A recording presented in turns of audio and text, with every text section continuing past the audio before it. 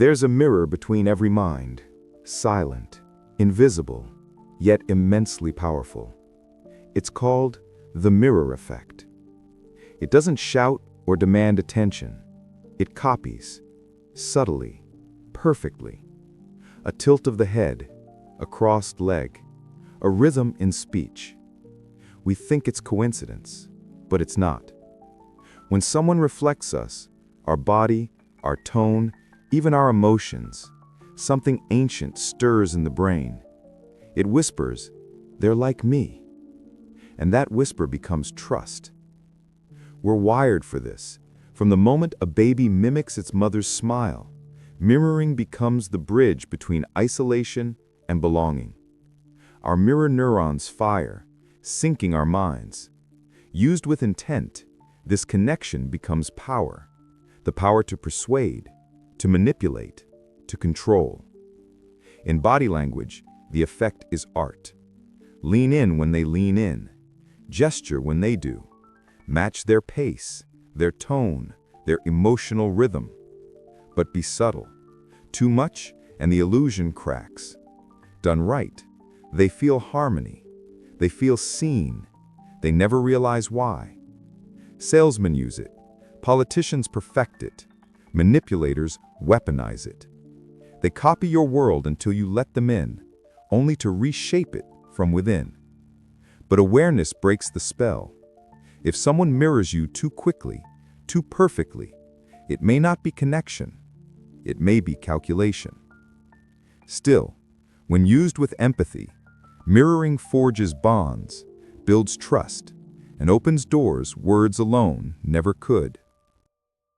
Another trick emerges from the shadows, the foot in the door technique. It begins innocently, a small yes, a harmless request, then another, and another. Each yes reshapes your identity. You start to see yourself as consistent, someone who supports that idea, that cause, that person. And when the bigger request comes, saying no feels like betraying yourself. That's how cults recruit, how marketers sell, how manipulators condition obedience one favor at a time. It's not brute force. It's a slow dance of consent, a handshake that turns into handcuffs. But awareness is armor. Pause before you agree to just one small thing. Ask, who really benefits from my yes? Then there's its sibling, the door in the face technique. A bold demand, a ridiculous request. You refuse, of course. And then, a smaller favor follows. Reasonable, kind even. By comparison, you agree. You feel generous. But it wasn't compromise. It was choreography.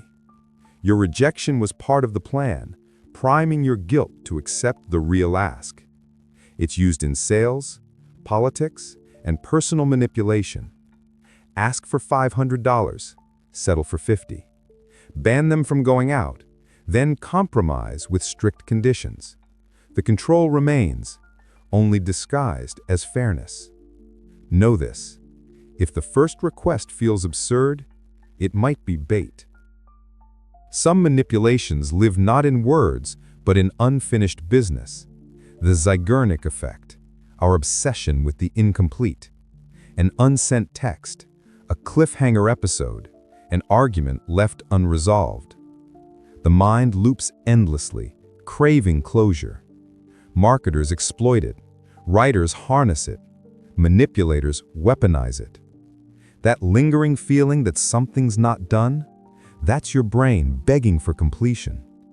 To use it for yourself, start a task, even a small step. The brain will finish it for you. But beware, perfectionists and overthinkers live forever trapped in unfinished loops. Then comes the dagger of empathy, guilt tripping. It doesn't shout, it sighs. I guess I'll do it myself. After all I've done for you. It's emotional blackmail disguised as disappointment. You start to feel like a bad person for saying no.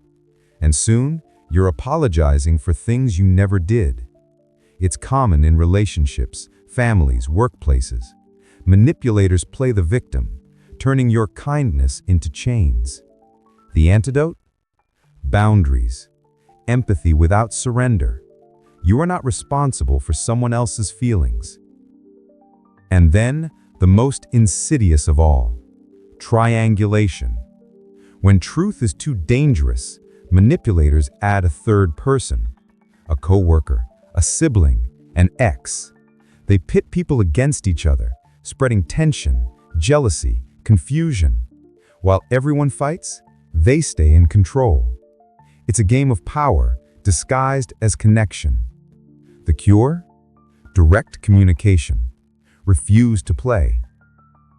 Finally, the silence that screams. The silent treatment. It's not peace, it's punishment. Silence becomes a weapon, cutting deeper than words ever could.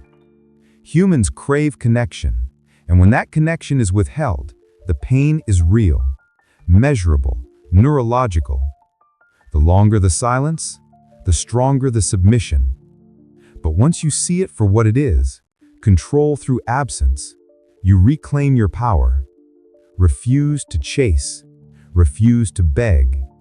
Silence only controls you if you fear it. And when you stop reacting, they lose the only weapon they ever had. The illusory truth effect, the lie that becomes familiar.